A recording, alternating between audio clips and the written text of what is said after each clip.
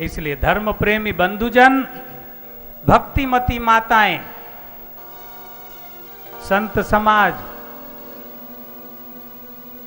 अनेक गणमान्य व्यक्ति, राजकीय पक्ष के सामाजिक कार्यकर्ते, अधिकारीगण, सभी को मैं व्यासपीठ से बहुत बहुत बधाई दूंगा, बहुत बहुत धन्यवाद दूंगा और ढेर सारी शुभकामनाएं दूंगा।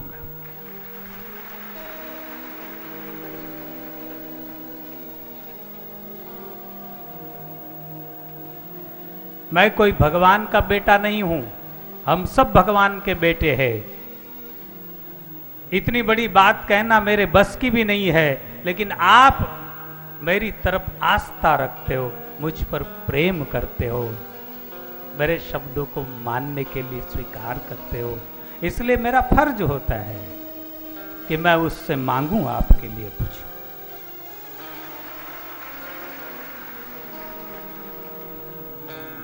बस। और आज तो धन्यवाद का ही दिन है। सत्संग तो मेरा आप सुनते ही रहते हो, जितने लोग यहाँ उपस्थित है, कहीं न कहीं किसी ने कुछ न कुछ सुना है, नहीं रूबरू सुना है तो कैसेट के माध्यमों से सुना है, लेकिन जरूर कोई न कोई अप्रोच में आया है, टच में आया है, उसके बाद ही आस्था तैयार होती है। इसलिए ज़्यादा सत्संग करने की मुझे आवश्यकता नहीं लगती है, केवल धन्यवाद धन्यवाद देते रहूं, बीच में कुछ आए याद तो कहते रहूं, जितना समय बीत जाए ऐसी मेरी अपेक्षा है। परम पुरुष, परम पिता परमात्मा, अखिल विश्व का ब्रह्मांड का नायक, उनकी अहेतु की कृपा से इतने बड़े विराट समूह को इकट्ठा करना और एक मत से एक जगह बिठाना, बिना किसी विशेष बंदोबस्त के, बिना किसी आमंत्रण के। बंधुओं, ये सामर्थ्य है तो केवल ईश्वर सत्ता में है, और ये स्वीकार करने का सामर्थ्य है तो मैं तो कहूंगा कि इस भारत की भूमि के संस्कार में है। ये स्वीकार करने का सामर्थ्य, कि उसके इशारे को समझना। धर्म को तो सारा संसार मानता है, लेकिन मैंने बहुत अच्छी तरह से जायजा लिया और अभ्यास किया है विश्व का, कम ज्यादा। तो रिजल्ट आया है, कुछ विदेशी संत भी मेरे टच में है, रिजल्ट आया है कि बापूजी, जो धर्म के प्रति आस्था हिंदुस्तान के लोगों की है वो दुनिया में है, लेकिन इतनी विशालता में नहीं है, चुनिंदा लोगों की। और उसका ये मूर्त स्वरूप है, उसका ये समक्ष प्रमाण है, प्रैक्टिकल प्रयोग है। ये कोई कहने की बातें नहीं है। आज पूरे देश में ऐसी करोड़ों महफिलें सजी है। इसी क्षण आप और हम ही यहां आकर बैठे, ऐसा नहीं, करोड़ों महफिलें सजी है, क्योंकि 1.25 अरब लोक संख्या का तो अकेला देश है, और फिर कहीं करोड़ों लोग इस संस्कृति के बाहर देशों में, कहीं करोड़ों, वो जहां भी है वहां भी आस्था रखते हैं, वहां भी ये महफिल सजाते हैं। एक दुर्जन जाएगा तो अपने कुविचारों को फैलाकर वो भी एक संगठन बना लेता है, एक दुर्जन। तो एक सज्जन के लिए महफिल सजना कोई बड़ी बात नहीं है।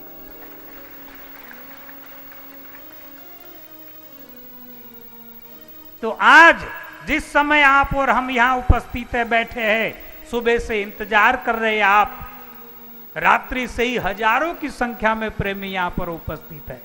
मैं रात्रि में भी थोड़ा समय आया था मंच पर। तो ये महफिलें इस देश में दुनिया में करोड़ों जगत सजी हुई है और करोड़ों करोड़ों लोग इस आस्था को लेकर उसकी ओर निहार रहे हैं कि तेरे बंदे के थ्रू क्यों न हो, तेरे संत के थ्रू क्यों न हो, जिसे हम गुरु कहते हैं, पीर कहते हैं, ज्ञानी जन जो भी कहे, उनके थ्रू क्यों न हो, इनडायरेक्ट क्यों न हो, लेकिन तेरी रहमत, तेरी दया, तेरी कृपा, तेरा आशीर्वाद हम तक पहुंचे, इसको लेने के लिए बापूजी जो लोग घरों में बैठे हैं, क्या उन पर नहीं बरसती है कृपा? बरसती है, लेकिन कृपा बरसने के लिए कोई भी चीज को स्वीकार करने के लिए आपको पात्र फैलाना पड़ेगा, आपको आंचल फैलाना पड़ेगा। बारिश के दिन है, बारिश बरसती है, हमारी सरकार की घोषणा है कि बरसने वाले जल को रोको, नहीं तो दरिया में बह जाएगा। बांध बनाओ, रोको, स्टोरेज करो, धरती में उतारो, उपयोग में लो, इसलिए वो बरसता है। बूंद बूंद से दया हरि की बरसे, अंबर से तू क्यों खड़ा ओठ में पगले, भीजन के डर से। अगर आप भीजने के डर से घरों में छुप कर बैठे हो तो वो बारिश के छींटे आपको नहीं लगेंगे। वो विराट बरसने वाले बादल की कंजूसी नहीं है, आप लेना नहीं चाहते इसलिए आपको नहीं भिगाया, धरती को भिगा के चला गया। इसलिए आज के दिन हजारों महापुरुष परमात्मा के इशारे से, उसके दिए हुए आत्मज्ञान के द्वारा करोड़ों लोगों पर बरस रहे हैं, लेकिन घरों में छिपकर बैठे हैं, वहां क्यों जाएगा वो सूखे रह जाएंगे, वो नहीं भीगेंगे, क्योंकि वो ओट में खड़े हैं भीजन के डर से। कौन जाएगा भीड़ में, क्या जरूरत है, परमात्मा सब जगह है, हम सब जानते हैं, क्या कहेंगे वो, तू क्यों खड़ा ओट में पगले, भीजन के डर से। फिर सूखा रह जाएगा, फिर उसकी जवाबदारी नहीं है। फिर मत कहना कि सब धरती हरी भरी हुई, मैं क्यों सूखा, तो मैदान में आया ही नहीं। बरसने वाले की कमी नहीं है, लेने वाले की कमी है। तो आज करोड़ों महफिलों में ये रंग बरस रहा है, ये रस बरस रहा है। इसलिए प्यारे बंधुओं, बहुत बहुत धन्यवाद है आप सभी को कि आप खुले मैदान में आए भीजने के लिए। कौन से रंग में? गुरु के रंग में। दरबार में सच्चे सदगुरु के दुख दर्द मिटाए जाते हैं। दरबार में सच्चे सदगुरु के दुख दर्द मिटाए जाते हैं। दुनिया के सताए लोग यहाँ, दुनिया के सताए लोग यहाँ सीने से लगाए जाते हैं। दुनिया के सताए लोग यहाँ सीने से लगाए जाते हैं, सीने से लगाए जाते हैं। दरबार दुख दर्द मिटाए जाते हैं, दुख दर्द मिटाए जाते हैं। दुनिया के सताए लोग यहाँ माने उसके दरबार में। ये सारी धरती उसका दरबार है, ये सारी पृथ्वी उसका दरबार है। लेकिन जो खुले में बाहर आते हैं उन्हें सीने से लगाए जाते हैं।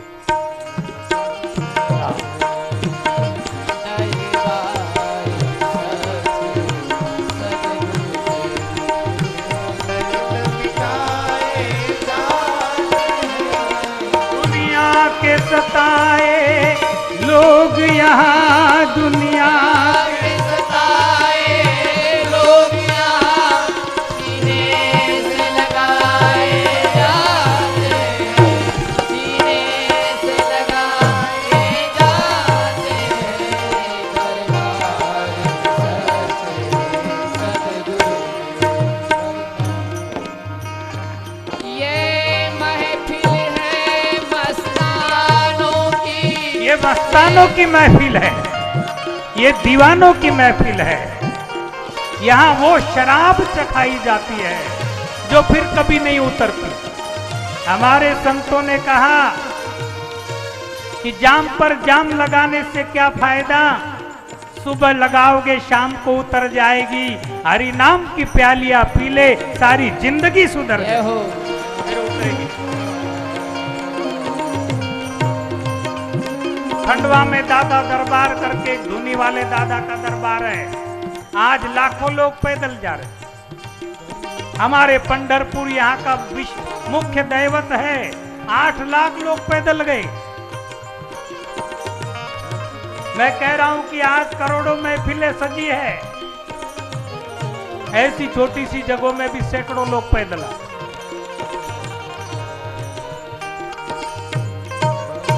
क्यों? क्या मिलता है?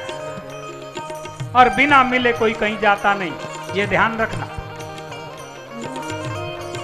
लेकिन यहां वो मिलता है जो दूसरी जगह नहीं मिलता है, वो इन्हीं महफिलों में मिलता है।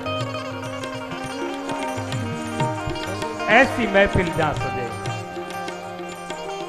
और जो मिलता है वो ज़ुबान से बयां नहीं होता। अगर कोई और मकसद के दीवाने मिले वो कहते कि क्या मिलता है, लेकिन जिसको मिला है वो आंख बंद कर लेगा, मौन हो जाएगा।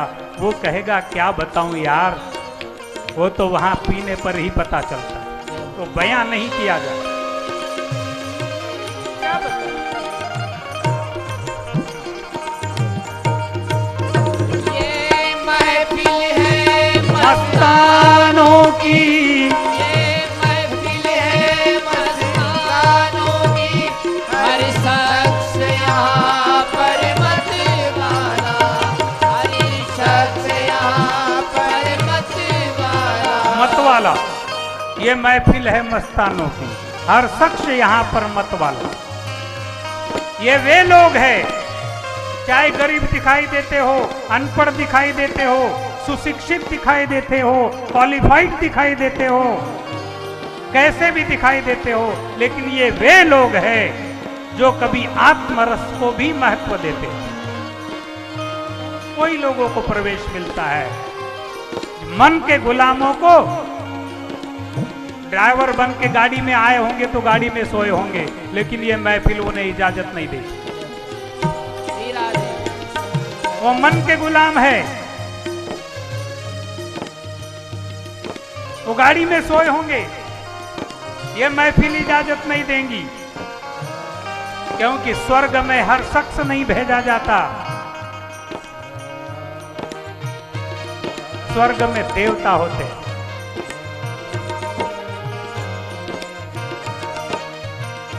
छोटी छोटी मानवीय व्यवस्थाएं हैं। तहसील चुन कर देती है विधायकों को, उन्हीं को विधानसभा में बैठने को कुर्सी मिलती है।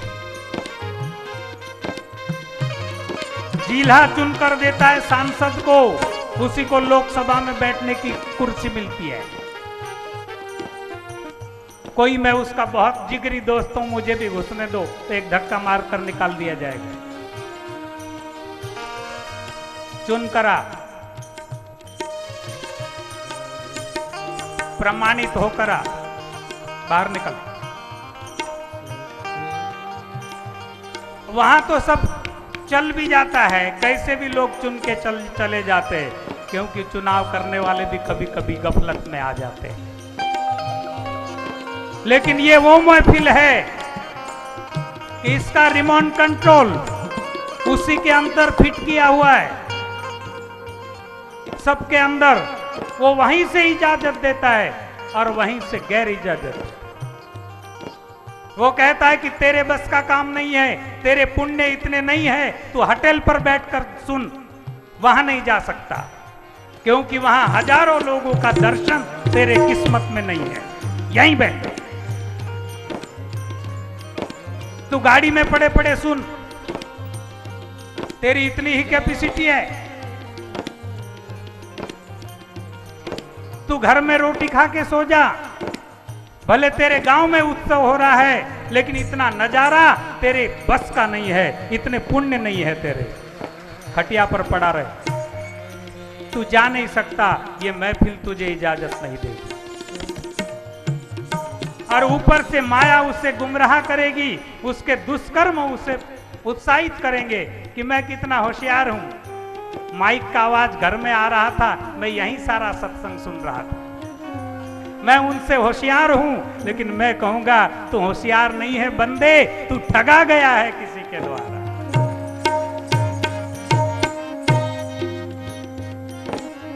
तुझे केवल कान तक की इजाजत मिली है, तुझे आंख तक इजाजत नहीं दी गई, और किसी को कान तक भी इजाजत है, सुन भी मत। दरवाजे खिड़कियां बंद कर लो, क्या लगाया है वहां पर, दूसरे काम पड़े। ये ऐसा सिस्टम है, जिन्हें परमात्मा इजाजत दे वो ये दीवानों की महफिल में। मैं केवल आपको राजी करने के लिए या आपको खुश करने के लिए नहीं कह रहा हूं, मैं परम सत्य बोल रहा हूं, व्यासपीठ से बोल रहा हूं, कुछ नहीं लेना आपसे मुझे।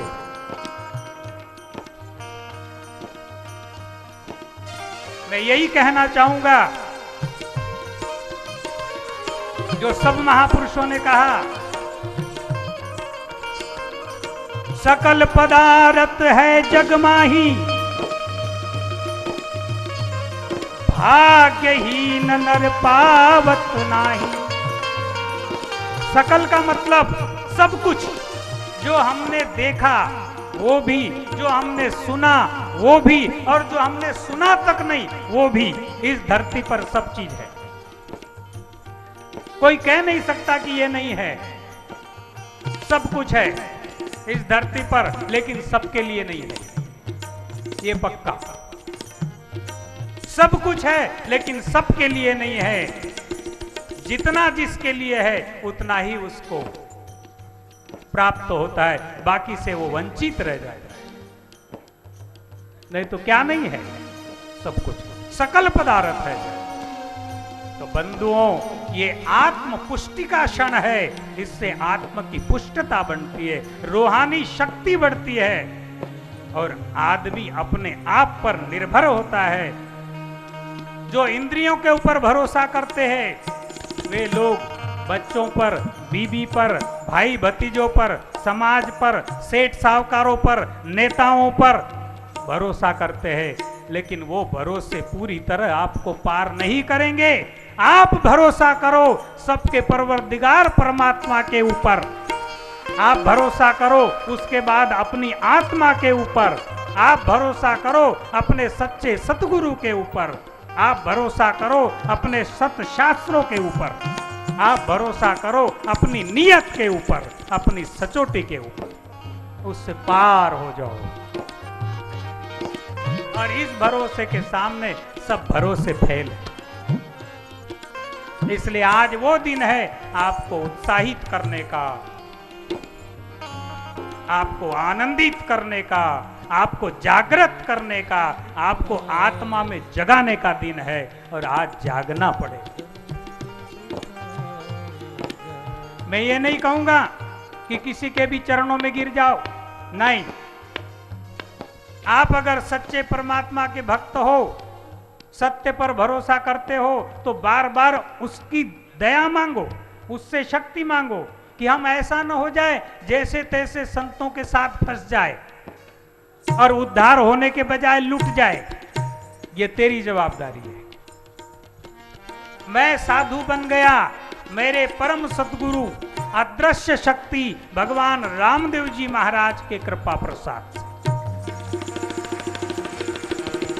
जो नीले घोड़े के अश्वार है, जो राजस्थान के परम 650 बरस पुराना अवतार है बाबा रामदेव जी भगवान, उनकी अदृश्य शक्ति के भरोसे मैं साधु बन गया 14 साल की उम्र में।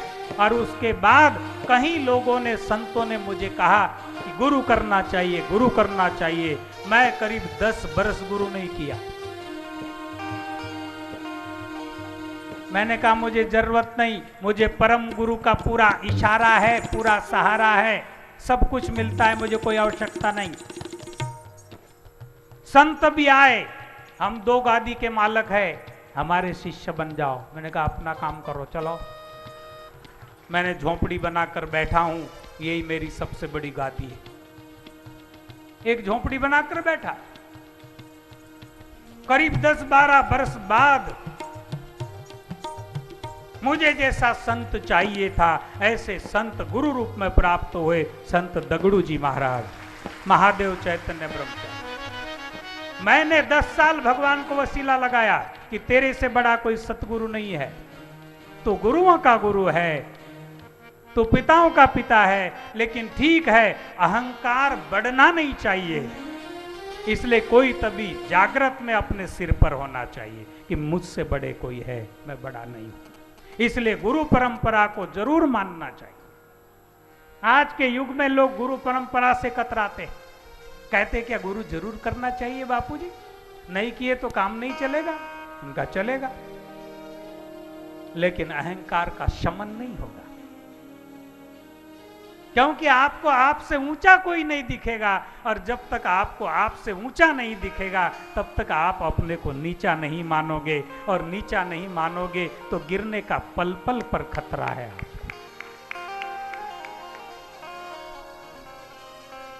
धर्म धुरंधर गुण निधि ज्ञानी, हृदय भगति मति सागर पानी, ऐसे महाराज दशरथ जी ब्रह्म के पिता, वो भी वशिष्ठ की चरणों में जाते हैं। गुरु ग्रह गए तुरत महिपाला, गुरु ग्रह गए तुरत महिपाला, चरण लागी करी विनय विशाल, निज सुख दुख सब गुरु ही सुनावा। बंधुओं, इस सृष्टि में सारी व्यवस्थाएं हैं। कोई कहते कि बापूजी हमको बेटा नहीं हुआ, तो मैं कहता हूं अनाथालय से ले लो, तुम्हारा 2 फायदा होगा।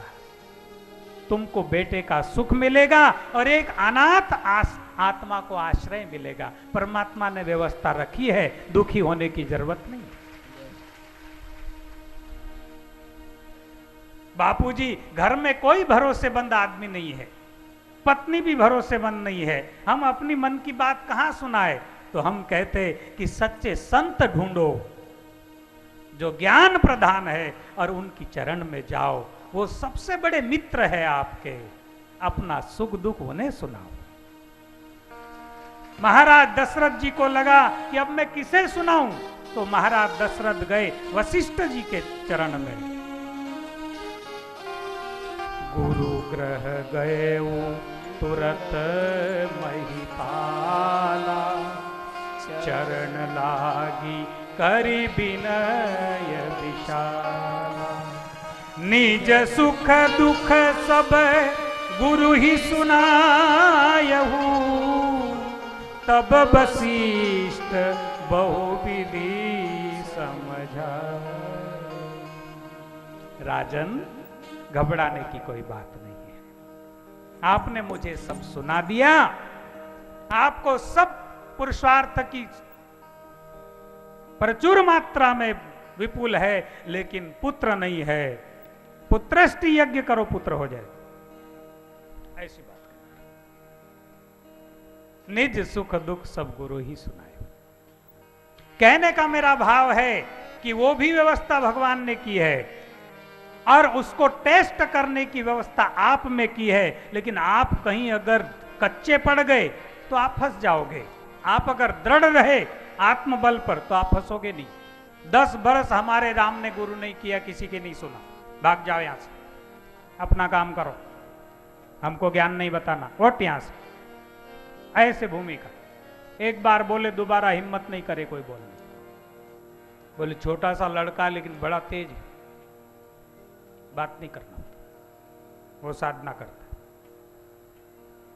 और दौड़कर भगवान को कहना कि तू गुरुओं का गुरु है, लेकिन यहां भी कोई ऊपर हाथ चाहिए, इसलिए ऐसा संत मिलाना कि अंत समय तक उस गुरु के प्रति मेरे मन में कुभाव नहीं आए, नहीं तो मैं आत्महत्या करके तेरे माथे पड़ू। गंजेड़े, भंगेड़े, लुच्चे, लफंगे, लालची, ढोंगी, पाखंडी, ऐसे गुरुओं से अगर तूने मुझे टच करवा दिया तो पाप तुझे लगेगा। ऐसा जाकर भगवान को बोलता था, व्यासपीठ से बोल रहा हूं। जब इतना बड़ा वसीला बार बार लगाते रहा तो वो मैं फंस सकता हूं? फंसने की नौबत नहीं आई महाराज। 10-12 साल के बाद संत मिले, मैंने अपनी भावना रखी, गुरु रूप में मैं आपको स्वीकार कर। मुझे पता था मुझे केवल मेरे अहम को झुकाने के लिए एक समर्थ संत चाहिए, बाकी मेरी अज्ञात शक्ति के द्वारा मुझे कोई कमी नहीं। जब जो प्रश्न चाहिए था उसका जवाब मेरे सामने हाजिर था, लेकिन अहंकार न चला जाए, एक संत चाहिए। और परम पूज्य महादेव चैतन्य ब्रह्मचारी दगड़ू, उनके अंतिम क्षणों तक लेश मात्र हमारे राम के मन में संशय नहीं आया कि ऐसे कैसे संत तय कर। नहीं तो बड़ी तार्किक बुद्धि थी। कोई कितना ही बड़ा संत सामने खड़ा करे तो मैं कहता था कि इसमें तो ये कमी है, इसको तो ये भी नहीं समझता है, जाओ अपना काम करो। हमारी संस्कृति को बहुत कमजोर ज्ञान वाले लोगों ने डैमेज किया। वो दोषी है इस संस्कृति के, उन्होंने कुप्रचार किया। संत कैसा भी हो उसको वंदन करना, अपने को क्या करना है उसकी निंदा नहीं करना, गुंडा भी हो तो भी। फिर रावण भी संत बन के गया था, फिर राम जी ने वंदन करना था कि भले सीता चोर के ले गया वंदन, तू संत बन के आया, नमस्कार। हुआ क्या ऐसा? फिर ये संस्कृति ने कैसी अंधश्रद्धा फैलाई, संत कैसा भी हो उसको वंदन करना। क्यों करना? अगर संत गलत है तो उसको चौड़े मैदान में फजीत करो कि हम सिविल ड्रेस वाले अच्छे, क्योंकि हम किसी से नमस्कार नहीं करवाते, किसी का धर्म का नहीं खाते। तू धर्म का खाता है, नमस्कार करवाता है, और ऐसे कुलच्छन तो बड़ा पापी है, तेरा दर्शन करना पाप, हट जा। यूं बोलो तो ऐसे लोग पनपेगे नहीं, बढ़ेगे नहीं। कांग्रेस घास को उगते ही उखाड़ दो, परेशानी नहीं आएगी, ये कहूंगा मैं। जागृत हो जाओ, कुरीतियां निकालो, ब्राह्मण कैसा भी हो उसको वंदन करो। वो दिन भर झूठ बोलता है फिर भी हकल दो उसको द्वार से। कुत्ते को खिलाऊंगा तो पुण्य लगेगा, तुझे खिलाने से पुण्य नहीं। वट, मेरी जात साधु की है, मैंने पहले अपने के लिए कहा। भक्त कैसा भी हो, कितना ही सिर हिलाने वाला, मेरे आंग में देवी आ गई, देवता आ गई, पूरा डोल रहा है, पूरा चेक करो, एकदम भीड़ मत लगाओ। एक संत निकला, बड़े बड़े लोग गुमराह हो गए। एक मेरे भक्त ने मुझे कहा, बापूजी आपके लिए यहां लाऊं? मैं कहा मत शर्मिंदा करो मुझे, मेरे पीछे लाख लोग हैं, मैं भी भगत के सामने हाथ जोड़ के बैठ जाऊंगा तो लाख की नैया डूब जाएगी, उससे मर जाना पूरता है। लेकिन ऐसे लोगों के सामने में मुझे नहीं बिठाना और उनको मेरे सामने नहीं बिठाना, कृपया। बोले माफ करना। मैंने कहा चले जाओ। संत घोगड़ी समट के कहां गया है उसका पता नहीं, समझने वाले समझ जाएंगे। मैंने कहा मेरे जीवन के लाइफ में 27 बरस मुझे साधु बनने को हो गए, 14 साल की उम्र से। 19 से 82 तब से मैंने कई ऐसे नाटक नजारे देखे। अच्छे संत भी है हिंदुस्तान में, बहुत है। समझो, लोग अगर उन्हें बुरा कह देते तुम मत कहना, तुम अपनी बुद्धि से परखना। ये दुनिया भेड़ों की भीड़ है, किसी को अच्छा कहने लग जाए तो सबको अच्छा कहने लग जाए। कोई लोग कहते बापूजी आपके इसमें कितने लोगों की भीड़ होती है, जहां जाए वहां बड़े बड़े प्रोग्राम। मैं कहा कोई बड़ी बात नहीं है, हिंदुस्तान की जनता कहीं भी भीड़ कर दे कोई बड़ी बात नहीं। मेरे से ज्यादा भीड़ अगर पिक्चर में नाचने वाले हीरो को लेके आओ तो टिकट से इससे 3 गुना भीड़ होगी, 10 गुना भीड़। टिकट लगा के, या तो फुगट में भी इतनी भीड़ होती है, मंडप लगाना पड़ता है, आराम से बिठाना पड़ता है, तो और समितियों को कहना पड़ता है फुगट में खिलाओ। कुछ वसूल करने लग जाओगे तो ऐसे चिल्लाएंगे बापू के सब पैसे चलते, बापू के यहाँ सब पैसे लेते, अब बापू के यहाँ भी धंधा हो गया, सब पैसे लगते, पैसे लगते। तो फुगट में खिलाओ, हाथ जोड़ के खिलाओ, प्रणाम करो उनका कि फुगट में खाओ बनाओ। बैठने को मंडप लगाओ, साधु संत खूंटे लगाओ, साधु संत नल पाइप लगाओ, वो नहीं लगाएंगे क्योंकि वो शादी में आ रहे हैं। बिठाओ उनको तो आवे। तो लोग कहते बापूजी आपके कार्यक्रम में कितना ही बड़ा मंडप छोटा पड़ता है। अब बापूजी व्यवस्था वैसी लगाता है करके पड़ता। पिक्चर के हीरो को लाओ, समिति टिकट लगावे तो भी कोई बदनाम नहीं करेगा कि टिकट लगा के हमको, वो बोलेंगे मैंने बालकनी का टिकट निकाला 500 रुपए, नजदीक से देखा धर्मेंद्र को, इसको उसको नजदीक से देखा, कैसा कमर हिलाता है कैसा। मैं तो कहता हूं कि उन दीवानों ने लाखों लोगों की जिंदगियां बर्बाद की है। उनके दर्शन करने से पाप लगेगा, पाप। उनके फोटो घर में लगाओगे तो सब सेक्सुअल केंद्र बच्चों के बिगड़ जाएंगे और सेक्सी हो जाएंगे, और उनका कम उम्र में सत्यानाश हो जाएगा। संतों के फोटो लगाओ, संतों की तस्वीरें लगाओ। हिंदुस्तान में हजारों महापुरुष हुए हैं, विदेशों में भी महापुरुष हुए, उनकी शरण में जाओ। माताएं, बहनें, बच्चे, उनको देखो, सद्गुण आएंगे। शास्त्र अध्ययन करो, खोटे काम मत करो, नहीं तो 20 साल बाद इस हिंदुस्तान की झांकी कैसी हो जाएगी कहूं, ये बीच में रैली लगाने की जरूरत नहीं पड़ेगी। ये डिवाइडेशन है, भाई लोग, माई लोग, महिला, पुरुष, ये बीच में 20 साल बाद इसकी जरूरत नहीं पड़ेगी, क्योंकि भाई कौन माई कौन कोई पहचानेगा ही नहीं, तो इसकी क्या जरूरत।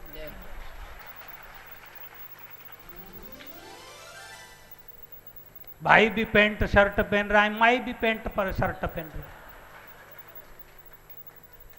भाई भी कटिंग करवा रहा है, माई भी कटिंग करवा रही है। भाई के भी नाक कान में कुछ नहीं, माई के भी नाक कान में कुछ नहीं। फिर इसकी क्या जरूरत है। और ये लगाओगे भी तो पहचानोगे कैसे। रहा सवाल दाढ़ी मूछ का, अब भाई भी दाढ़ी मूछ सफा करने लग गए पूरी की पूरी, तो वहां भी कोई दावा नहीं कर सकते आप कि तू भाई है कि बाई है। हमारे चारुकेश्वर में शिविर कार्यक्रम था, एक लड़की मेरे ही भगत की थी, भगत समझ जाएगा, यहीं बैठा होगा। वो पैंट शर्ट पैजामा पहन के घूमे आश्रम में, रामायण का कार्यक्रम था। हमारे एक ब्रह्मचारी उसका हाथ पकड़ लिया, बोले यार इतना बड़ा लड़का ऐसे ही घूमता है ना, रामायण में लोगों को कमी पड़ रही। वो हाथ छुड़ा के इधर उधर हो जावे। दूसरा आया ब्रह्मचारी, बोले यार तेरे कुछ अक्ल है कि नहीं, चल वहां। वो बोले भी नहीं कि मैं लड़की हूं। बाद में मुझे आके बोलो कि बापू ऐसी आफत फंस गई। ब्रह्मचारियों का मन का क्या आफत हो गई? बोले जवान लड़की पूरी लड़के जैसी। और मैंने उसका हाथ पकड़ के खींचा कि चलना यार, वहां तो यहाँ घूम रहा है। रामायण में लोगों को कमी पड़ रही। तो उसने हाथ झट बोले मैं नहीं आती। मैंने आती बोला, बोले जब नहीं आती। उनका अम्मा तू उपाद मोल ले लिया करो, जमाना ऐसा है, थोड़ा देखा भाड़ा करो। पर वो कोर्ट में भी जावे तो दलील पेश कर रहे वकील भी खुलेआम बोलेगा कि उसकी कोई गलती नहीं। ब्रह्मचारी की क्या गलती? अब कोई चिन्ह ही नहीं है तो करे क्या? तो बड़ा अफसोस है, 20 साल के बाद बड़े नजारे बदल जाए। रोको इसको, अपने घर के माहौल को बचाओ।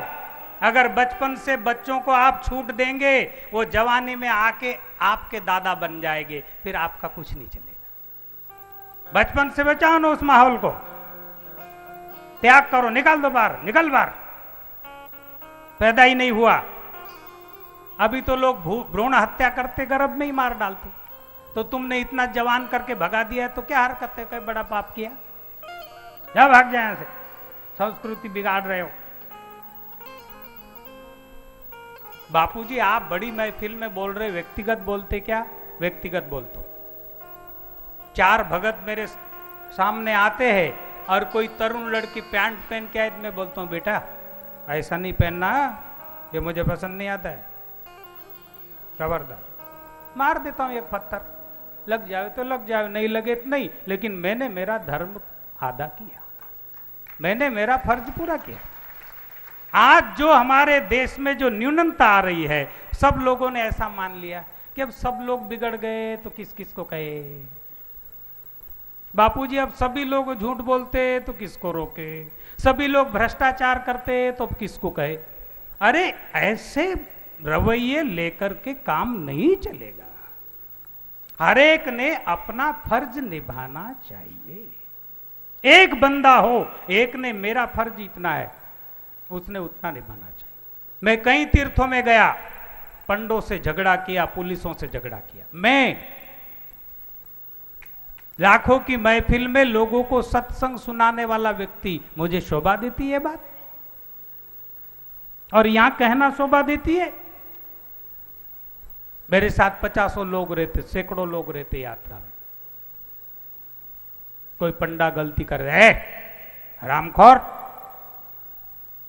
ऐसी गलती करता, मैं संतुष्ट रहता हूं कि मैंने मेरा धर्म अदा किया।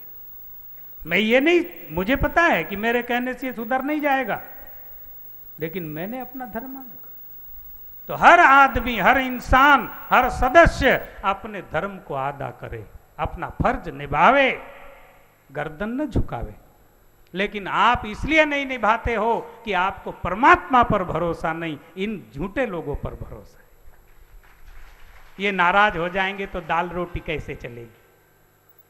बेटा नाराज हो जाएगा, पत्नी नाराज हो जाएगी, समाज नाराज हो जाएगा, तो कैसा? अरे किस्मत लेके आए सब। इसलिए गुरु पूर्णिमा का दिन ये मनोबल बढ़ाने का दिन है, ये आत्म धन बढ़ाने का दिन है, ये आत्म जागृति का दिन है। और आत्म जागृति ये कृष्ण का देश, राम का देश। क्षमा करो, क्षमा करना बड़ों का भूषण है। राम जी ने रावण को 3 बार क्षमा किया। अंगद भेजे, हनुमान भेजे, संदेश भेजे, सुख सारंग के हाथ निरोप भेजा, नहीं मानता, फिर क्षमा करने की कोई मतलब नहीं होता है। फिर क्षमा करना कायरता है। उसके बाद राम जी क्षमा करते, राम जी कायर है। दुर्योधन को समझाने के लिए भगवान कृष्ण खुद गए शांति दूत बन के, 5 गांव दे दे यार, छोड़।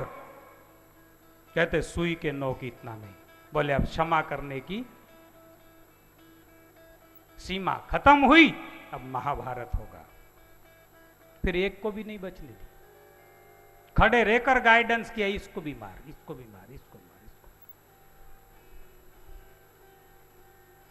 ये है, ये मानवता का जीने का तरीका बताया। लेकिन सब लोगों ने ऐसा ही प्रचार, सहिष्णु, कोई कुछ भी कहे, मारे तो मारे, भ्रष्टाचार करे तो करे, कुछ भी करे, अपन काय को भाग लेने का, अपन क्यों बोलने का, होने दो होने दो। अरे इसीलिए देश की हालत खराब हो। देश एक तरफ से तरक्की पर है, लेकिन इसकी सामूहिक व्यवस्था वो डामाडोल है। दो ठेकेदारों ने हमारे आश्रम में दो पुलिये बनाए, एक एक दीवाले, एक का 15 लाख मंजूर हुआ, एक का 12 लाख मंजूर हुआ। हमने धीरे से उसका निकाला जाएगा। एक का 15 हुआ, बांध छोटे छोटे बांध है। मुश्किल से उन हरामखोरों ने, वो भी बैठे होंगे यहाँ काने कोने में, या उनके लोग बैठे होंगे, मुश्किल से उन हरामखोरों ने उसको 12 वाले को 4 लाख लगाए होंगे, बड़े मुश्किल से, क्योंकि हम भी बड़े बड़े काम करते, हमको भी आइडिया है। 8 लाख खा गया। मालूम है कि सब सीरीज मिलकर खाती है, लेकिन धार्मिक जगह भी शर्म नहीं आती है। तो हमारे देश की सामूहिक व्यवस्था चरमरा रही है, और देश में जो इतनी महंगाई हो, जो भ्रष्टाचार के कारण है, नहीं तो आज भी भारत सोने की चिड़िया है। बजाओ ताली। भारत का धन बाहर नहीं जा रहा है। कोई स्विस बैंक में डाले चोट्टे लबार थोड़े फार, वो अलग चीज है, लेकिन भारत का धन भारत में है।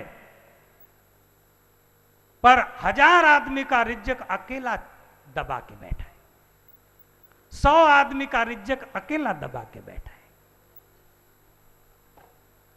50 परिवारों का रिज्जक अकेला दबा के बैठा है, 1 लाख लोगों का रिज्जक अकेला दबा के बैठा है। इसलिए ये अभद्र स्थितियां, कहीं गरीबी है तो बहुत गरीबी है, कहीं अमीरी है तो उनसे संभाले नहीं जा रही। ये विषमता है देश की।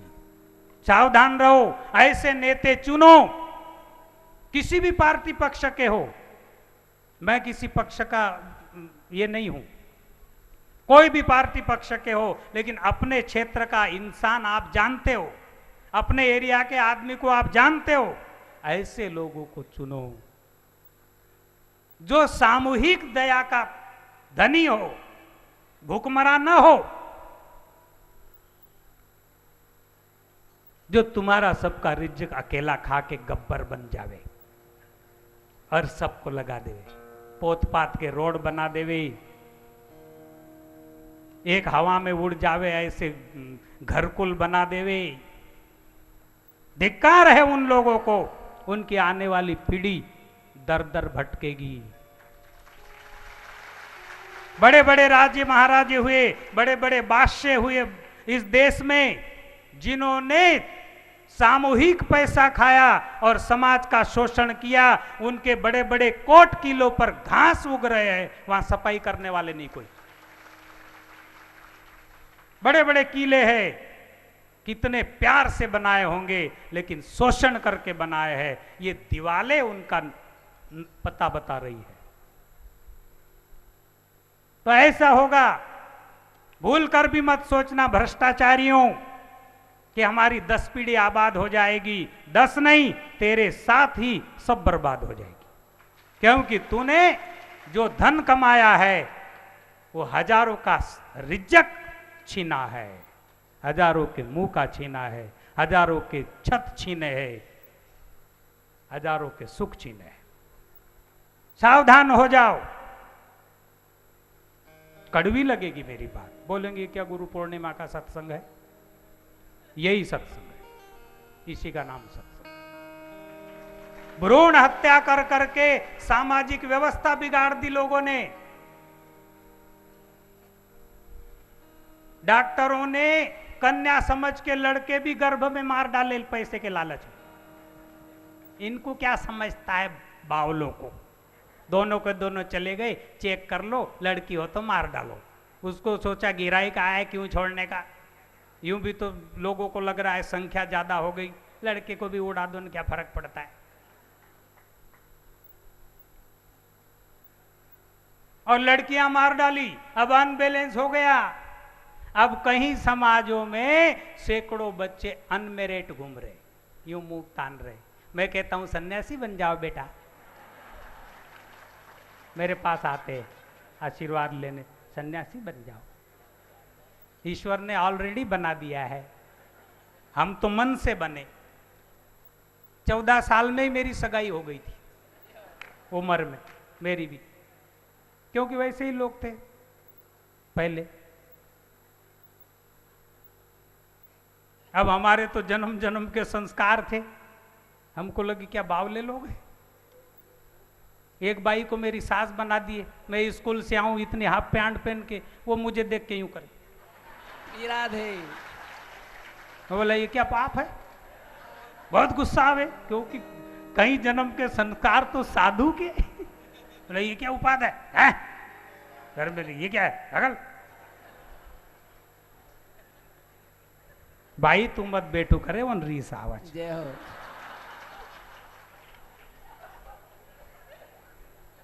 सत्य है ये। लेकिन अब ऐसे बच्चे सामने आते तो मैं कहता हूं कि तुमको तो मालिक ने ही बना दिया है, तुमको क्या डर, संन्यास ले लो। सर्वमिदं ततं यत् प्रवृत्ति भूतानां येन सर्वमिदं ततं स्वकर्मणा तमभज्य सिद्धि विन्दति मानवा, सिद्धि विन्दति मानवा। जिस परमेश्वर ने संपूर्ण सृष्टि बनाई है, उत्पत्ति की है, जिससे यह समस्त जगत व्याप्त है, बड़ा अच्छा सूत्र है, छोटा सा है पर उस परमेश्वर की अपनी स्वाभाविक कर्मों द्वारा पूजा करके मनुष्य परम सिद्धि को प्राप्त हो जाता है। ये बड़ा फ्रेश करने वाला श्लोक है कि जो परमपिता परमात्मा है, जो ईश्वर है, भगवान है, उसके स्वकर्मों द्वारा पूजन करके, स्वकर्मों के द्वारा। अगर हम खेती करते हैं वो हमारा स्वकर्म है, अगर हम बिजनेस करते वो हमारा स्वकर्म है, अगर हम सर्विस करते वो हमारा स्वकर्म है, माताएं भोजन बनाती है वो उनका स्वकर्म है। जो भी जिसका स्वकर्म है, जो अन्याय उचित कर्म नहीं है, बकरे काटना स्वकर्म नहीं है।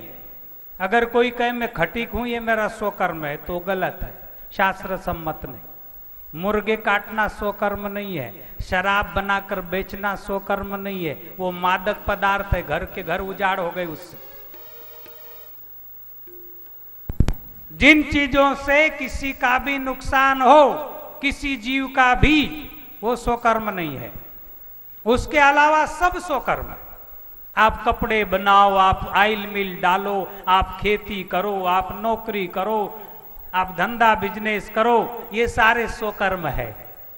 इसके द्वारा, स्वकर्म के द्वारा अगर पूरी सच्चाई से आप स्वकर्म करते हो, डॉक्टर हो, जो इंजीनियर हो, पूरी सच्चाई से करते हो, तो उसी सिद्धि के द्वारा भगवत पूजा होती है और उसी से आप परम सिद्धि को प्राप्त होंगे। ऐसा इस श्लोक में भगवान कृष्ण कहते हैं।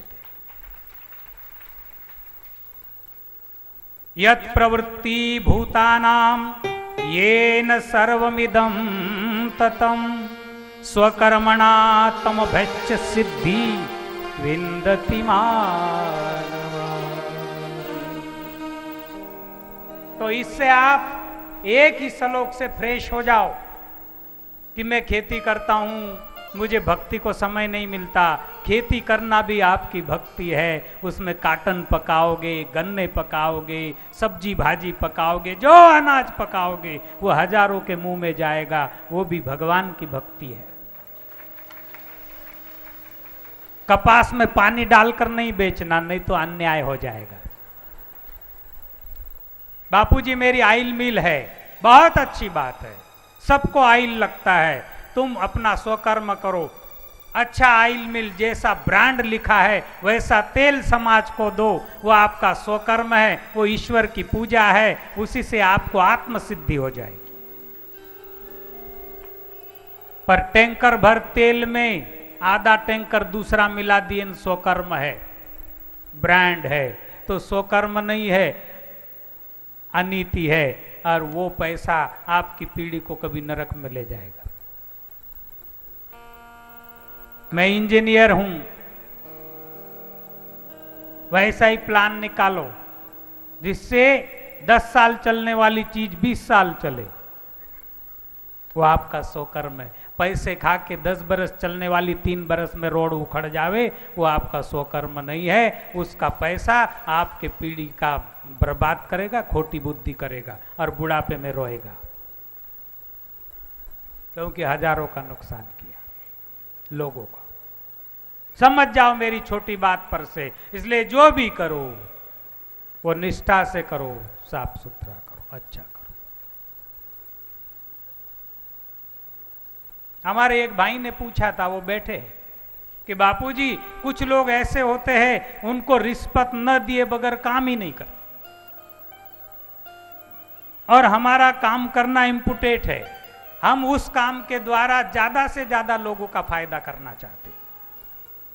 अगर हम उस काम के द्वारा ज्यादा लोगों का फायदा करना चाहते हैं, ऐसी हमारी बुद्धि है, और वो रिश्वत के बगैर सहन नहीं कर रहा है, तो उसको कह दो कि रिश्वत खाना गुनाह है, लेकिन मैं तुझे भिखारी समझ कर दे रहा हूं, ये ले, चल उठा।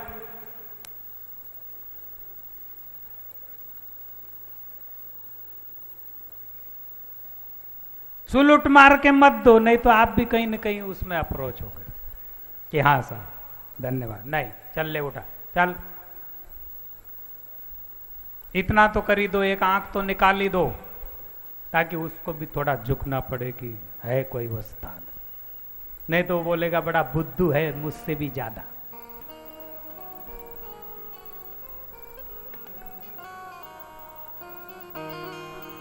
स्वकर्म के द्वारा परम सिद्धि को प्राप्त होंगे, ऐसा भगवान कह रहे हैं। साधु है, साधु ने अपना फर्ज पूरा करना चाहिए। अब मैं इसी बात से, स्वकर्म पर से आपको विश्व धर्म की बात कहूं। सारे मानव का हित कल्याण सारे विश्व ने सोचना चाहिए, न कि हम बम गिरा दे अमुक देश को मार डाले, अमुक देश को मार डालेगा तो तेरा देश उसके बाद मरने के बगैर रहेगा नहीं, ये भी सोच लेने का। कर भला होगा भला, बुरे का नतीजा बुरा है, ये सब ने सोचना। ये विश्व धर्म है कि तब सुखे हम सुखी, तुम भी सुखी रहो हम भी सुखी रहो। देश का धर्म है देश भ्रष्टाचार रहित हो जावे, अपने अपने कर्म को निष्ठा से पालन करे। लोग मजूरी ज्यादा मांगते और काम कमी करते, स्वधर्म का पालन नहीं करता है कोई। देश का धर्म है सब आबाद हो, सब सुखी हो, ये राजा का धर्म है और प्रजा का भी धर्म है। राजकीय धर्म, राजा अपनी निजी कमाई से अपने घर का पालन पोषण करे, जनता का कोष में आया हुआ पैसा उस पर उसका अधिकार नहीं है, नहीं तो वो चोर है।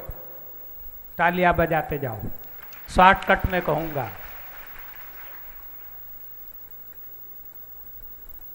सांप्रदाय धर्म,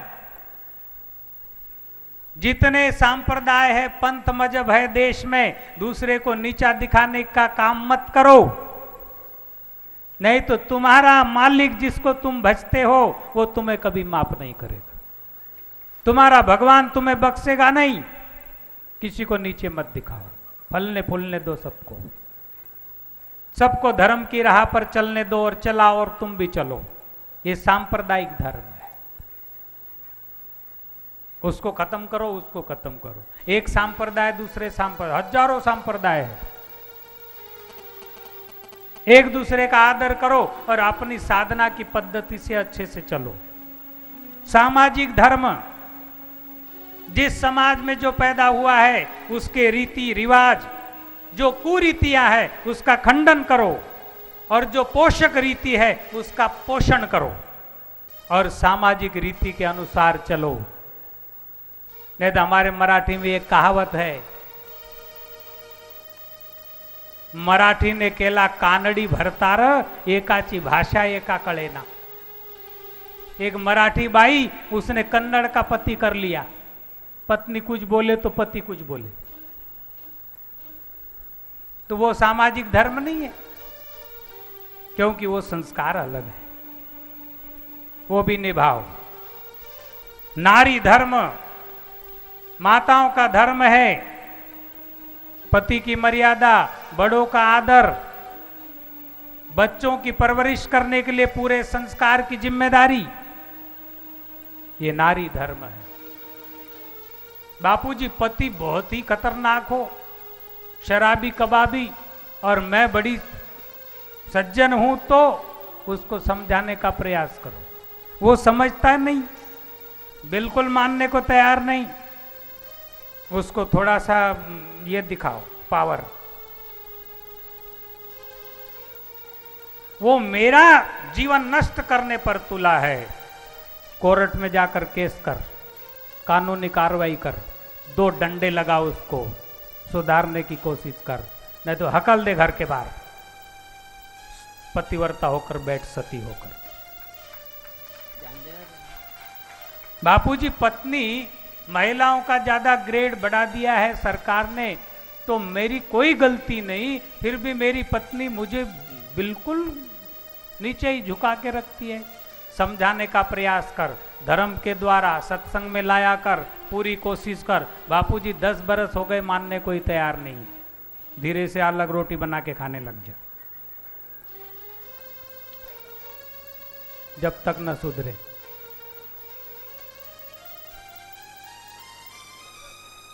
कोई तभी सुन रहा है मेरा भक्त, कोई बात।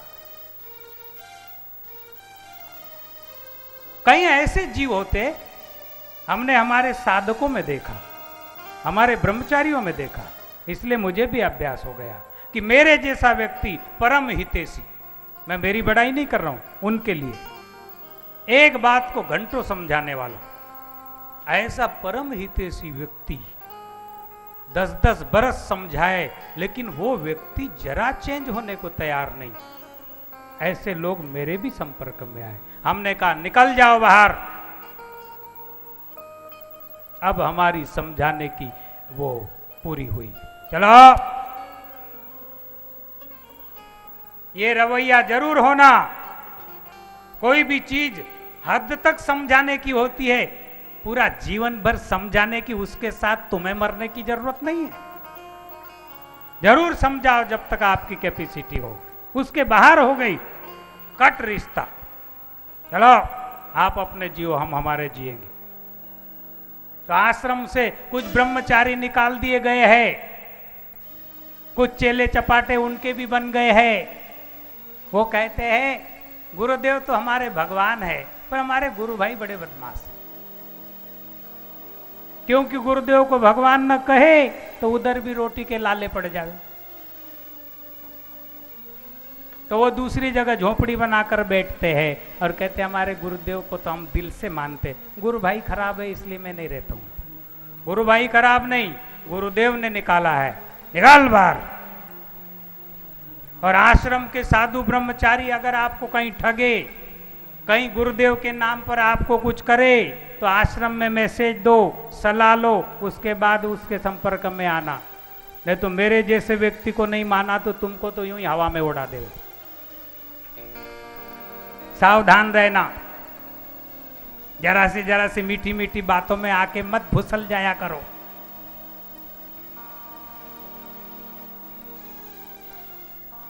ये व्यवस्था है। तो घर में भी ऐसे ही रहना। मैंने ये प्रयोग किया है। कोई व्यक्ति ऐसा होता है कि पूरी एनर्जी खत्म हो जाती सामने वाले की, लेकिन वो नहीं चेंज होता, चाहे भाई हो, पिता हो, पत्नी हो, बेटा हो, हट जाओ उससे। मैं भी अपना किस्मत लेके आया हूं, जी लूंगा, लेकिन घुट घुट के जीने में क्या है, चल हट जा।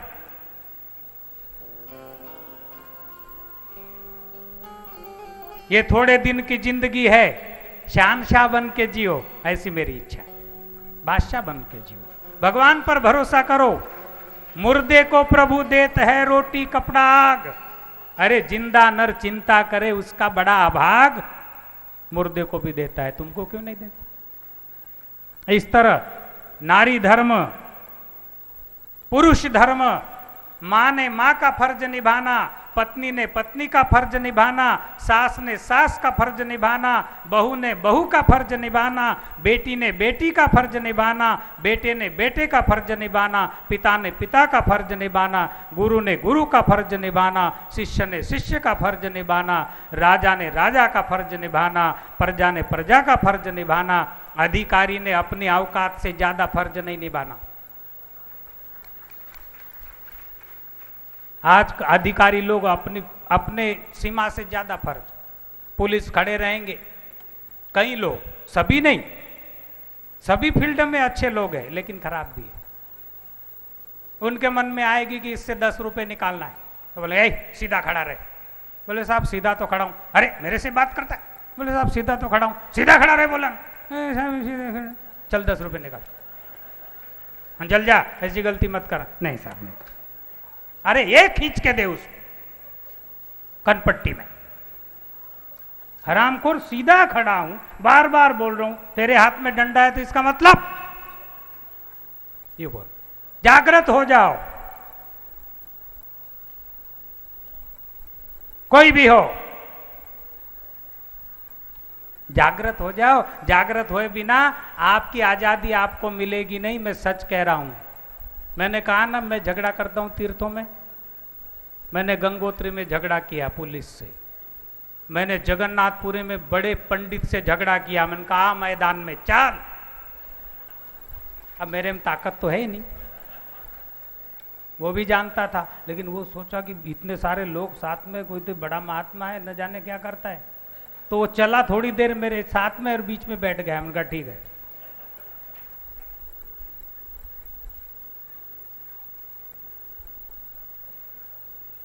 ऐसी भी बात है, ऐसी बात बड़े संत आपको नहीं कहेंगे क्योंकि वो करते ही नहीं, उनके साथ होता भी नहीं, पूरी सिक्योरिटी रहती है।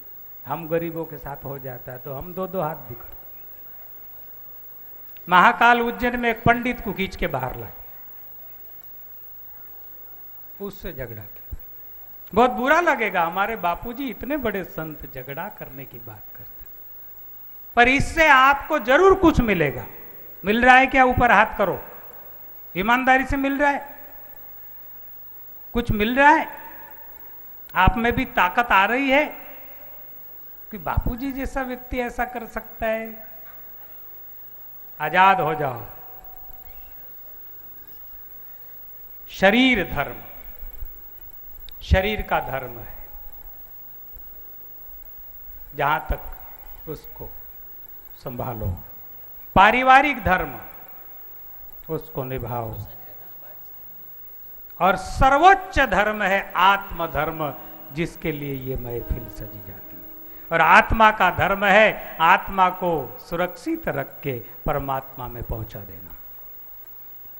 चदरिया झीनी रे झीनी, राम नाम रस भीनी, चदरिया झीनी रे झीनी, के राम नाम रस भीनी, चदरिया झीनी रे झीनी।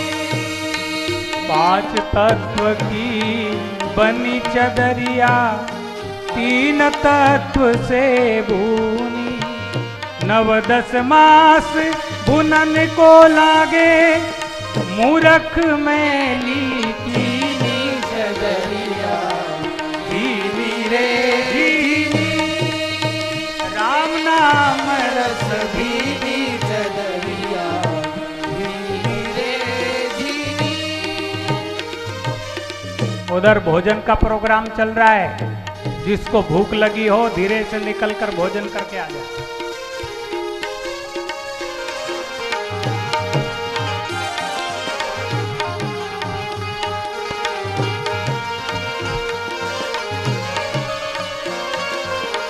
अष्टकमल का चरखा बनाया,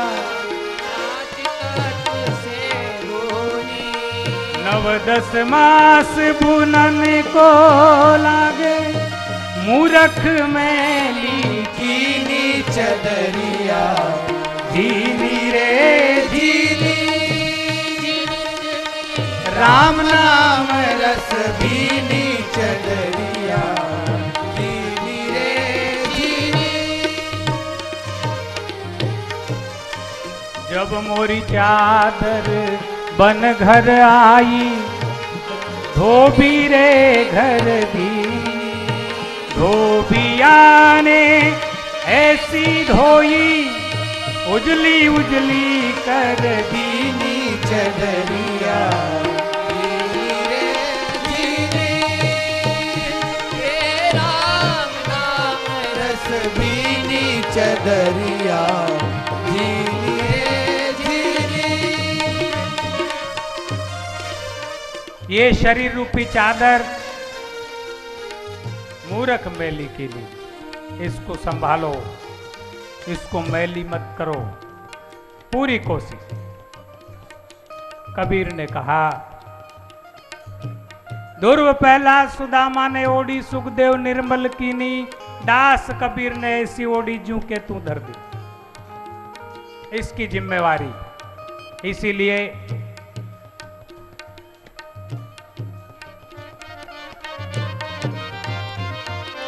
निज अनुभव अब कहूं खगेशा, बिनु हरि भजन न जाई कलेशा। ये सब कुछ होगा भगवान का जाप करने से, भगवान का ध्यान करने से, सत्कर्म करने से, अपने कर्मों को जहां तक हो वहां तक साफ सुथरा करने से, कर्तव्य को, अपनी निष्ठा को कायम रखने से। निष्ठा नहीं डिगानी चाहिए, ये अपने आप ज्ञान प्रकट हो जाएगा। आप सभी की आत्मा में ज्ञान है। जाने बिनु न होई प्रतीति, थोड़ा सा रुक कर परमात्मा पर भरोसा करके देखो, अपने आप भरोसे आने लगे। इसलिए बिनु गुरु होई की ज्ञान, ज्ञान की होई विराग बिनु, गावई वेद पुराण, सुख की लय हरि भक्ति बिनु। भगवान के भक्ति के बिना सुख नहीं होता है। और इसीलिए चैतन्य साधक परिवार का उद्देश्य है, पूरे सज्जनता से जीवन जी के एक दूसरे को धर्म में प्रेरित करो। और यहाँ की भी जो व्यवस्थाएं हैं, इसमें भी आप लोग पूर्व तैयारी में भाग नहीं लेते हो ना, इसलिए आपकी फजीता होती है। नहीं तो आपके टेंट में सब पंखे लगे हुए मिलते, पूर्व तैयारी में आप भाग नहीं लेते हो। आश्रम के ब्रह्मचारी ही करते, कितना करेंगे। तो आप साधक परिवार जो है, थोड़ी सी समय देने का भी संकल्प करो कि आयोजनों में हम समय देंगे। तो समय देवे तो इससे कहीं गुना ग्रेड आपकी व्यवस्था और तैयारी हो, आपकी फजीता नहीं हो। आगे चल के इस बात का ध्यान रखें। बाकी सारे उद्देश्य, मेरी भावना आपको मालूम है। और ये जो चैतन्य आत्मोपदेश है, वाकई में बड़े छने हुए इसमें प्रश्न के उत्तर है, मुझे अच्छे लगे, इसलिए मैंने हमारे संकलनकर्ता भाई को कहा कि जरूर ये छापो। मैं किताब छापने के मूड में नहीं रहता हूँ, लेकिन अच्छा लगा साधक परिवार के लिए, अन्यों के लिए। इसमें सारे के सारे प्रश्न जो रूबरू पूछे गए, ये जो मैं बातें करता हूँ वो बड़ा अच्छा है। तो ये आप जरूर ले, उससे लाभान्वित हो।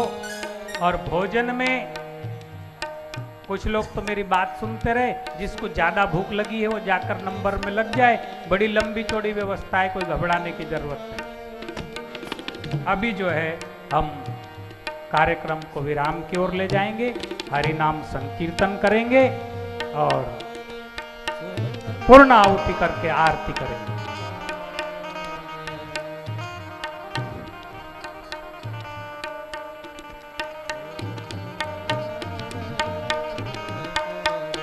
हरि नाम संकीर्तन की बेला। बिनु विश्वास भगति नहीं, ते बिनु द्रवहीन राम, राम कृपा बिनु सपने हो, जीवन ले बिसरा।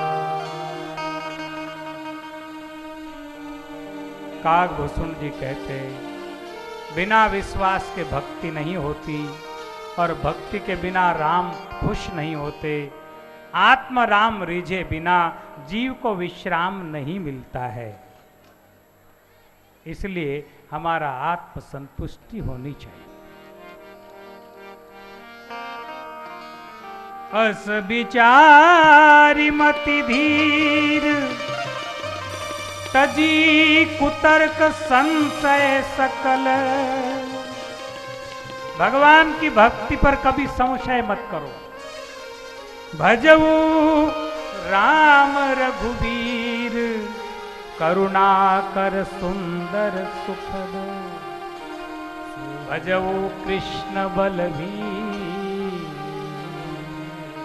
कृष्ण से प्यार करो।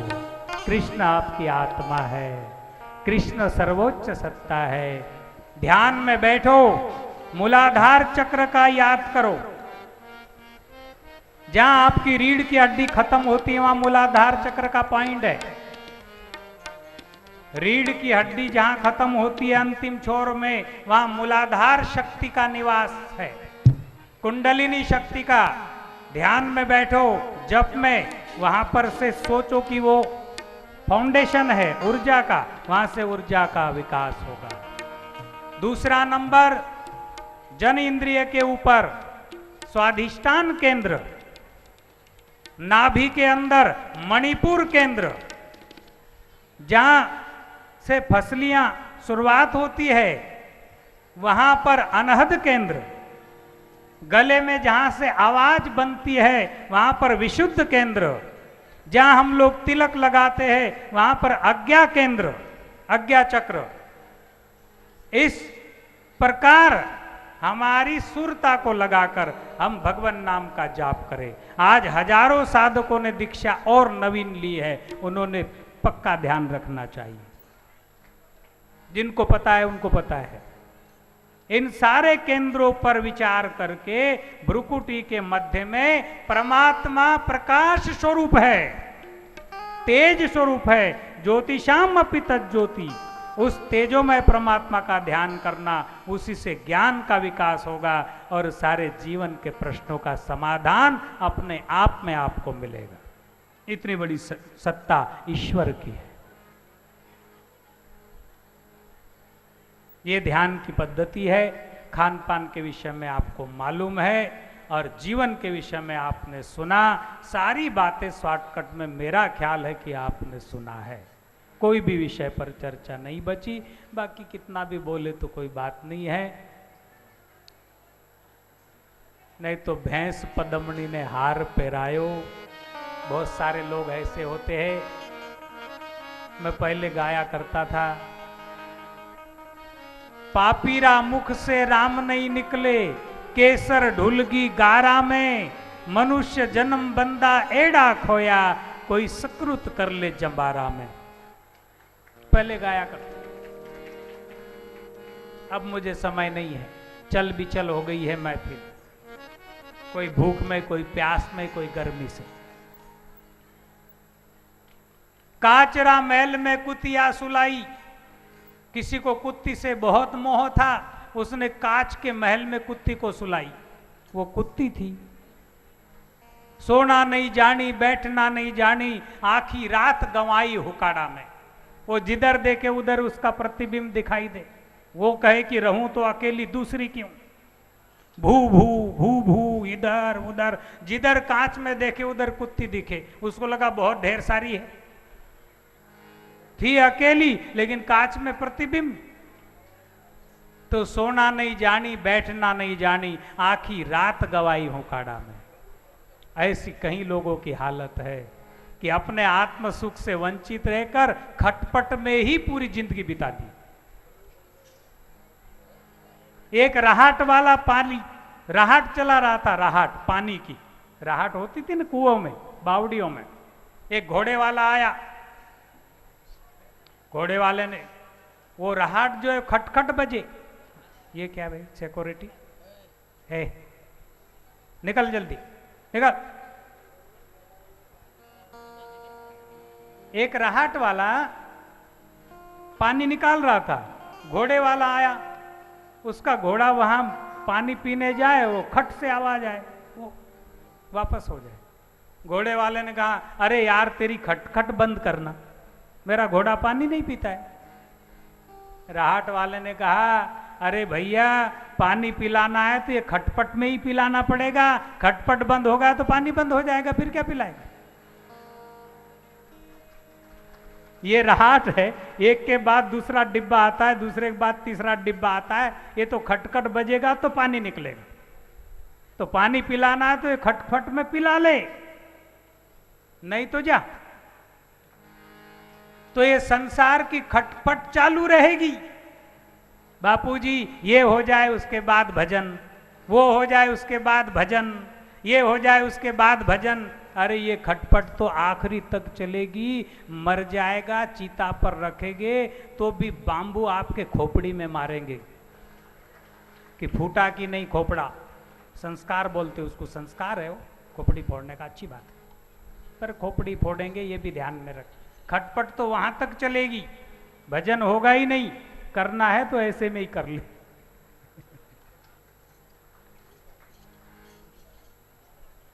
भैंस पदमणि ने हार पहरायो, एक भैंस का दीवाना था।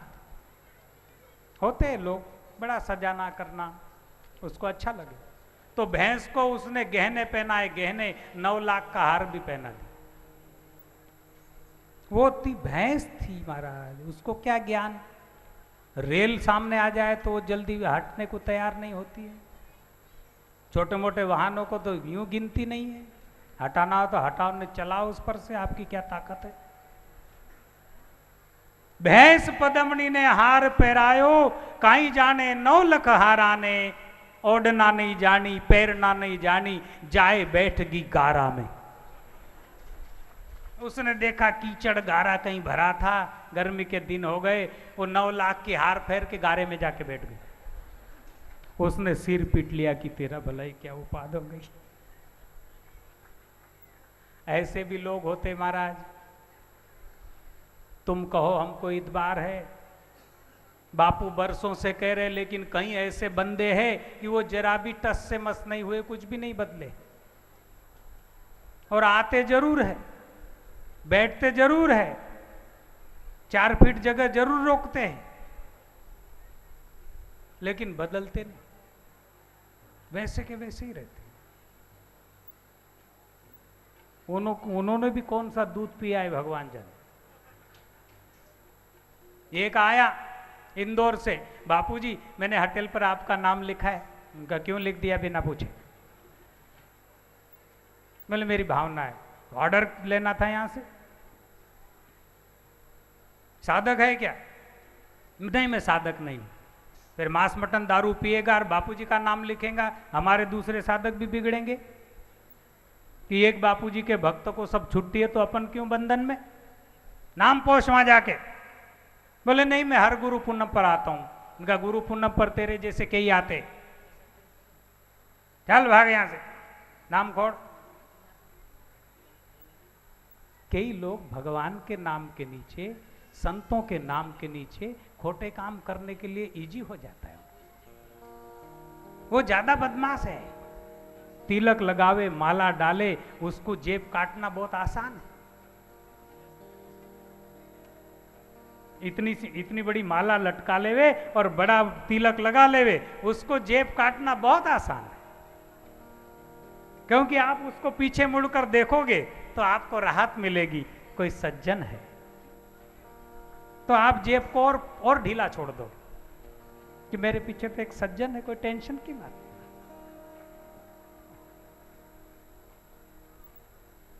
ये बात गलत है। ऐसे लोग संतों की महफिल में भीड़ करके जगह खोटी मत करा करो। जिज्ञासुओं को बैठने दिया करो, जो लेना चाहे उनको आने दिया करो, जो सच्चे भावुक है, तमाशा देखने वाले की कोई जरूरत नहीं है।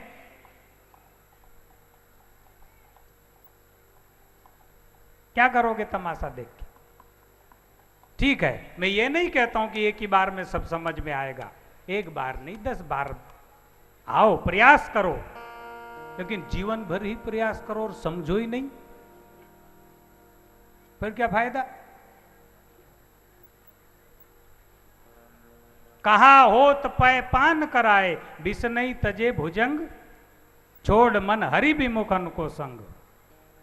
कागा को कपूर चबावे, स्वान नहावे गंग, कुत्ते को गंगा निलाया, कौवे को कपूर खिलाया, वो सड़ा मांस खाएगा जाके। कौवे को गंगा निलावे,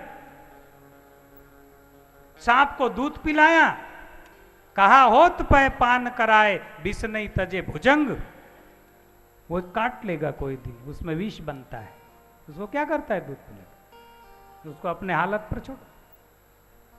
इसलिए तो बंधुओं, जीवन में बुनियादी परिवर्तन करो और ये भूल जाओ कि आजकल तो बहुत प्रवचन चलते हैं, बहुत संत हो गए, बहुत है। तुम बदलोगे तो ही बदलोगे। कभी प्रवचन सारा जमाना करने लग जावे तो कोई फर्क नहीं पड़ने वाला। जब तक आप उसे स्वीकार न करो तब तक बदलने की कोई प्रक्रिया नहीं।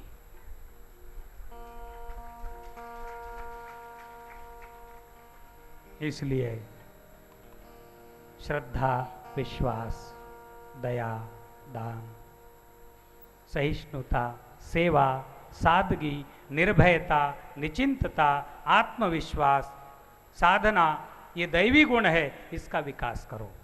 हर एक इंसान में दोनों है, असुरी संपदा, दैवी संपदा। वो जिसका विकास करे वो हो जाए। झूठ, कपट, छल, जबरदस्ती, अभ्यक्ष भोजन, हिंसा, दुराचार, व्यभिचार, इसको आप बढ़ावा दोगे तो ये बढ़ जाएंगे। जमीन में घास भी उगता है और फसल भी उगती है। आप फसल की तरफ ध्यान नहीं दोगे और घास का प्यार करोगे तो फसल डूब जाएगी और चारा हो जाएगा। आपको फसल बचानी है तो चारे को नष्ट करना पड़ेगा, फसल ऊपर आ जाएगी। आपको अपने सद्गुण बचाने हैं तो दुर्गुणों को मिटाने की कोशिश करनी पड़ेगी। आप दुर्गुण के तरफ नजरअंदाज करोगे तो आपके सद्गुण दब जाएंगे और आप दुराचारी हो जाओगे। सद्गुण बचाओगे तो आप सदाचारी हो जाओगे। इसलिए इन सारी बातों के साथ हरिनाम संकीर्तन 2-5 मिनट, उसके बाद आरती और विसर्जन। और कोई खास विषय रह गया हो तो माफ करना, क्योंकि आपकी दुर्दशा देखकर मुझे थोड़ा सा, मेरी कोई दुर्दशा नहीं है, मुझे तो 3 फेज जोड़ा है आज, परसों निकाल लिया था 2 फेज। डॉक्टर साहब बैठे हमारे, फेज जोड़ने को आए थे वो। उन्होंने कहा बापूजी ज्यादा एनर्जी उनका देगा तो मैं जरूर खर्च करूंगा, मैं कंजूस नहीं हूं, नहीं देगा तो। मैंने कल कहा ना आपको कि तपेली में हंडी में ही नहीं रहेगा तो चम्मच में कहां से आएगा। एनर्जी रहेगी नहीं तो बापू कहां से लाएगा, और रहेगी तो कंजूसी वो करता नहीं है। इसलिए हमारे डॉक्टर मंडली ये मेरे आत्मीयता से जुड़े हुए भक्त भी है और भगवान ने उनको डॉक्टरी पेशा भी दिया है। पूना से आए हैं, यहाँ बैठे सबके सब हमारे डॉक्टर मुड़े साहब, विजय पवार, पृथ्वीराज, डॉक्टर सावंत और डॉक्टर हमारे क्या रसलपुर से शाहने डॉक्टर और छोटे डॉक्टर, सब धन्यवाद है। बहुत दिल से, बड़े प्यार से, मेरी इच्छा से। मेरे जैसे लोगों का इलाज करना बहुत खोटी काम है महाराज। मरीज का इलाज करना सरल है, वो एक आवाज में बिठा देंगे, एक सीधा लेट, वो लेट जाएगा। मैं बोलूंगा ए डॉक्टर सीधा बैठ, उल्टा काम।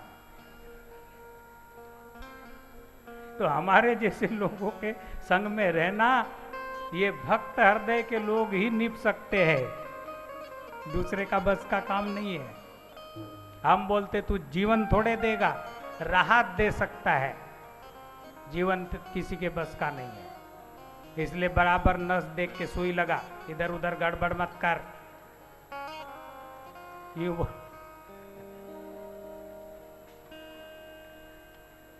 तो ये लोग मेरे आत्मा से जुड़े हुए भक्त हैं, लाड करते, प्यार करते मेरा। और आप भी मेरे आत्मा से जुड़े हैं। मेरी खोटी खरी सभी बातों को सुनकर आज तक मुझ पर किसी ने केस नहीं किया, इससे भी मेरे हौसले बढ़ गए।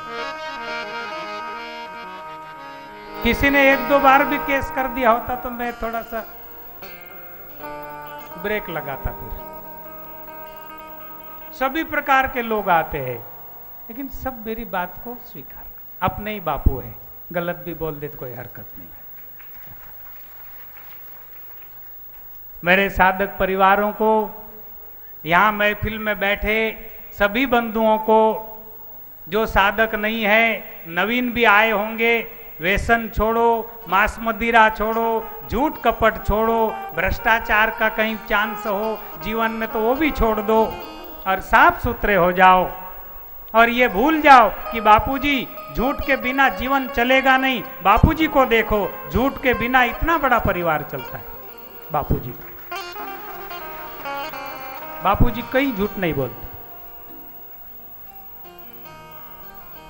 और आप जैसे लोग उन पर भरोसा करते, बिना झूठ बोलने वाले आदमी, तो आपका क्यों नहीं चलेगा? चलेगा। थोड़ा सा कठिनाई आएगी क्योंकि आप व्यवहार में हो, लेकिन करो सेट, धीरे धीरे बचने की कोशिश करो। और भ्रष्टाचारियों को तो हम माफ नहीं करेंगे। भ्रष्टाचारियों, भ्रष्टाचार बंद करो। देश में भ्रष्टाचार ही हमारे देश का बहुत बड़ा रोग है, पूरी दुनिया में है, पर हम अपनी बात करें, दुनिया की क्या करें? बहुत बड़ा रोग है, बहुत बड़ा रोग। आप भी अभ्यास करते, मैं बहुत अभ्यास करता। जो भी हानि और कमी होंगी देश में, आतंकवाद होगा, कुछ भी होगा, ये सबके पीछे भ्रष्टाचार। जो भी कुछ होगी कमियां देश में, देश की जनता बड़ी अच्छी है, उनको आज भी कई लोग गुमराह करते। बहुत बड़ा माप बहुत अच्छा है, और छोटा सा माप थोड़ा सा गलत है। छोटे से माप को सुधरना चाहिए।